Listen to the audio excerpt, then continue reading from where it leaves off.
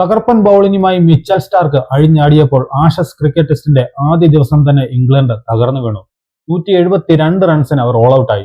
12.5 ഓവറിൽ 58 റൺസ് വഴങ്ങി 7 വിക്കറ്റുകളാണ് Mitchell Starc വീഴ്ത്തിയത്. 52 റൺസ് എടുത്ത ഹാരി ബ്രൂക്ക് ആണ് ഇംഗ്ലണ്ടിന്റെ ടോപ്പ് സ്കോറർ. ഇംഗ്ലണ്ട് ബാറ്റർമാരുടെ സ്കോറുകളൊന്നും നോക്കാം. Zak Crawley 0, Ben Duckett 21, Ollie Pope 46, Joe Root 0, Harry Brook 52, Ben Stokes 6, Jamie Smith 33, Gus Atkinson 1, Brydon Carse 6, Jofra Archer 0, Mark Wood 0. ഓസ്ട്രേലിയയുടെ Mitchell സ്റ്റാർക്കിനെ കൂടാതെ ബ്രണ്ടൻ ഡോക്കറ്റ് 2 വിക്കറ്റ് വീഴ്ത്തിയപ്പോൾ Cameron Green 1 വിക്കറ്റും വീഴ്ത്തി. വെറും 32.5 ഓവറിലാണ് ഇംഗ്ലണ്ട് ഓൾ ഔട്ട് ആയത്. അതേസമയം മറുപടി ബാറ്റിംഗിൽ ഇറങ്ങിയ ഓസ്ട്രേലിയക്കും തിരിച്ചടി തന്നെയാണ് നേരിട്ടിരിക്കുന്നത്.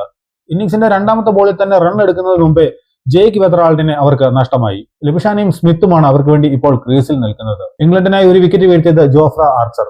അങ്ങനെ ആഷസ് ക്രിക്കറ്റ് ടെസ്റ്റിന് ആവേശകരമായ തുടക്കം കുറിച്ചിരിക്കുകയാണ്.